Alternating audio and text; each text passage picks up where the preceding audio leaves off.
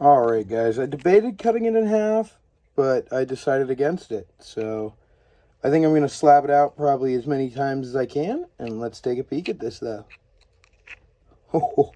Oh my gosh. That's breathtaking. Look at that.